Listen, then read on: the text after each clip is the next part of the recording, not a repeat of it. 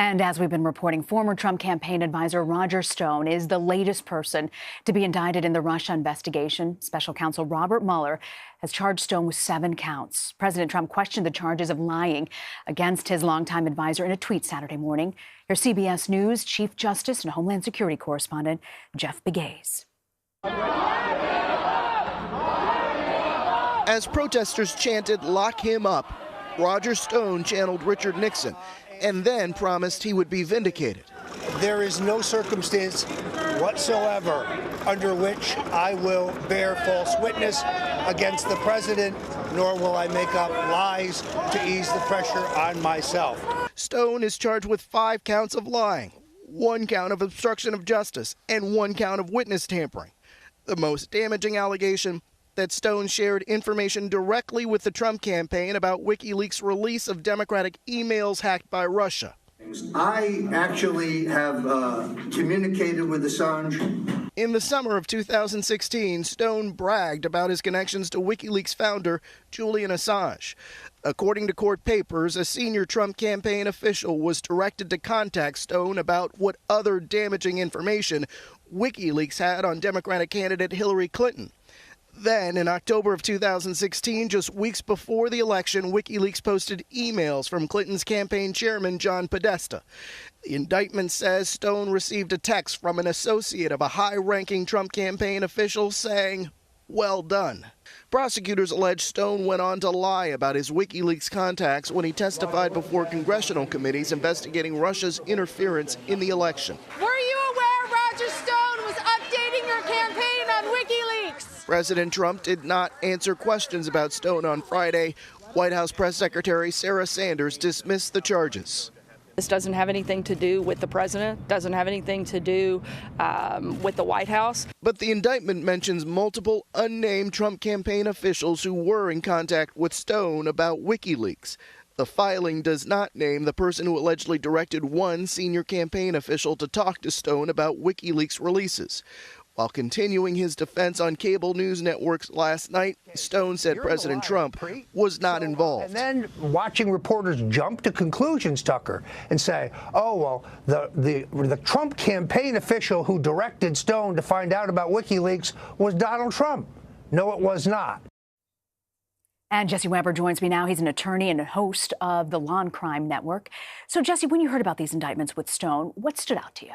A few things. Well, first of all, I wasn't surprised. I think he wasn't surprised. He felt that he was going to be indicted. But the first time I saw the charges, I said, this is just another person who's within the Trump circle that's been charged with lying to Congress or an authority, but nothing on its face as a violation of federal election laws. But that doesn't mean just because it wasn't pronounced in that indictment doesn't mean the special counsel isn't reserving those charges at a later date. You know, so this indictment states that there was a senior Trump campaign official who actually directed to contact Roger Stone about this WikiLeaks information on the Clinton campaign. So what does that say to you? The first name was it President Trump? Yeah. And even if it was President Trump, the question becomes, is it illegal? Is this illegal? And I think there's a strong argument to be made that maybe it's not illegal. Why? Well, the idea is these emails, yes, they were hacked. And if he wasn't involved in the actual hacking, but just perhaps the circulation of them, there could be an argument that there's nothing per se illegal about that. Then again, if this was a way for him to help the campaign and he received an illegal contribution, then maybe it is a violation of federal election laws. And I think it's very important that even though it doesn't spell out in the indictment anything about federal election laws, the violations, it could happen later on in the future. We've heard the White House repeatedly try and distance himself, saying this has nothing to do with collusion, has nothing to do with the president's own attorney saying that this doesn't mean there was any sort of Russian collusion. What do you think this really means for the president? I think, well, first of all, I'm not surprised by that because obviously they're distancing themselves. I think it's a problem because it's another person within his circle that is somehow implicated in this overall theme. And I think that the real issue that they have to consider is who said what.